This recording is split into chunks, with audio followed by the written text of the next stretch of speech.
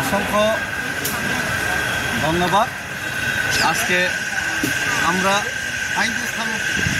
আগরতলা থেকে দিল্লি পর্যন্ত যে প্যাডেল যাত্রা, এই প্যাডেল যাত্রার অভিযানের অন্তিম দিন আজকে যন্তর মন্তরে আমাদের যে প্রদর্শনী, সেই প্রদর্শনীর মাধ্যমে আজকে সমাপ্তি ঘটবে এবং খুব শীঘ্রই আমাদের মহারাজা এবং আমাদের বিভিন্ন যারা এখানে পার্টির ব্যারিয়ার, পার্টির বাধা সেটাকে অতিক্রম করে যারা বিধায়করা আমার ছাড়াই যে বিধায়ক মন্ত্রীরা এখানে যোগদান দেওয়ার উদ্দেশ্যে এসেছেন, ওনারা আসবেন।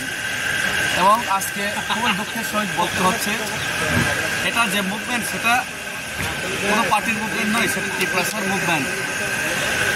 কিন্তু আজকে আমরা দেখতে পেলাম আমাদের আজকে এখানে এলইডি স্ক্রিন ব্যবহার করতে দেয়নি।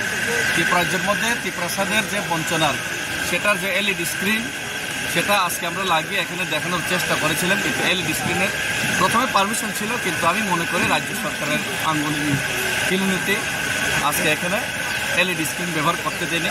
শুধু তাই নয়, আমাদের প্যাডেল যাত্রা শেষ দিনে আমরা প্যাডেল পায়ে হেঁটে এখানে যন্তর মন্তরে আসার জন্য সেটাও বাধা দেওয়া হয় প্রশাসনিকভাবে। ওনারা পায়ে হেঁটে আসার অনুমতিই দিল না।